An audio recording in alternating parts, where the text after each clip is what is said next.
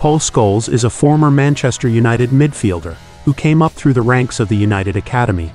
A one-club man, he was declared the best midfielder in the history of the Premier League, and it is no wonder why. He was a maestro of the pass, dictated the tempo of a game like a symphonist, had the shooting technique of a centre-forward, and was a master tackler of the ball. Well, not really, but he knew how to get stuck in. The best midfielders to ever grace the footballing world. Born in Pendleton, November 1974, the Scholes family would move from Pendleton to Langley, Greater Manchester.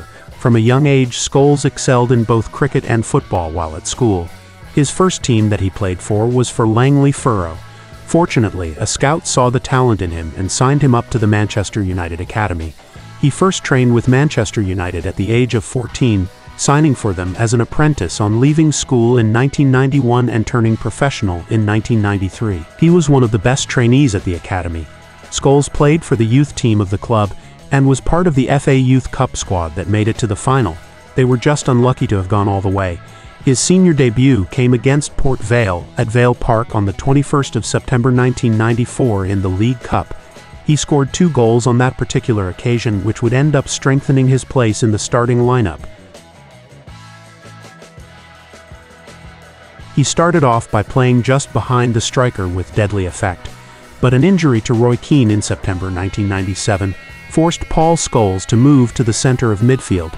This is where he would lay down his mark in United folklore.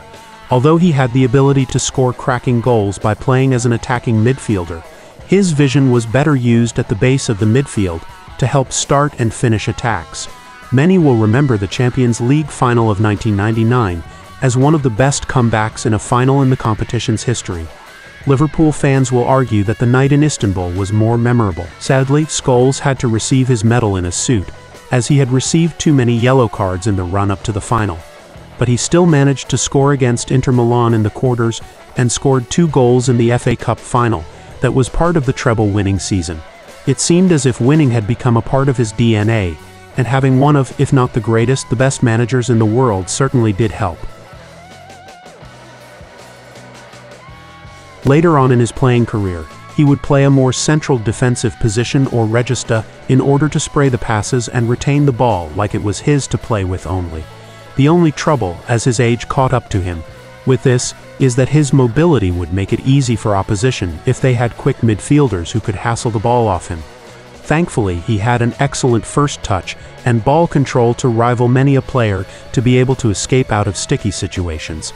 This does not mean that he stopped scoring goals. It only meant more of them came from outside of the box. His iconic goal against Aston Villa that rattled the bar before going in. His dink chip against Panathinaikos. The belter against Chelsea in 02-03, or who could ever forget the rocket against a great Barcelona side in the semi-final of the Champions League in 2008. His technique to score scorchers was revered, and it helped in him scoring over 150 goals in his illustrious career. His international career was short-lived, which shook many when he announced retirement from the international game in 2004. Especially for someone of his caliber, he had his first international debut against South Africa, coming on as a substitute. Scholes played a total of 66 times for the Three Lions, where he was often deployed on the left of a midfield that consisted of Gerrard and Lampard, both legends in their own right. His ability to find players on a tee was impeccable. He not only had the vision to pick out players, but he also had the technique to give diagonal cross-field balls that switched up play quicker than today's possession-based game. He could even find your missing wallet.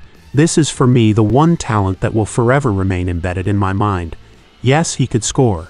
Yes, he could control the ball with grace, but for me, what made him a genius was the ability to relieve pressure or start attacks with his long balls. I do not like comparing legends with one another, but think of how Pirlo was able to distribute the ball, and you have a picture of what Scholes could do. Truly, a generational player.